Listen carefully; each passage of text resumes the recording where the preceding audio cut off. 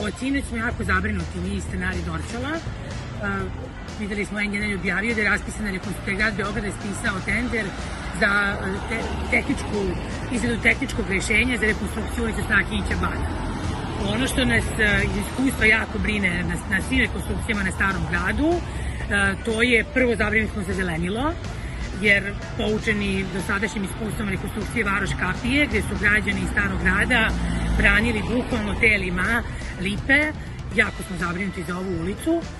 I ono što nas najviše plaši to je da neko ovaj raskošni tunel koji je ovo drveće, koji inače je potkreseno i orezano ne topping metodom, ako se ne varam 2010. bude na bilo koji način uništeno ili taknuto.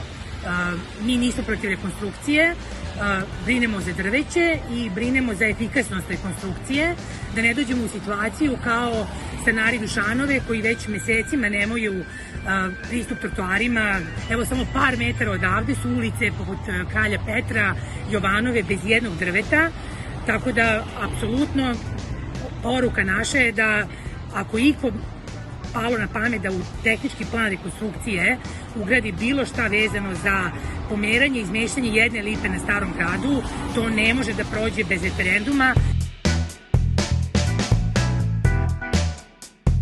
Grad Beograd je raspisao tender za rekonstrukciju ove lepe ulice Strahinjića Bana.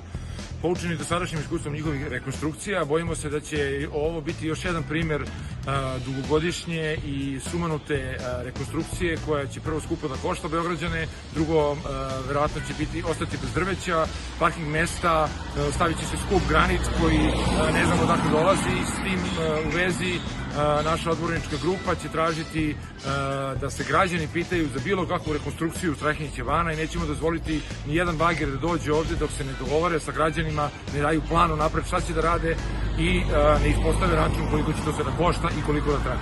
I građani se moraju pitati za izgled svojih ulica.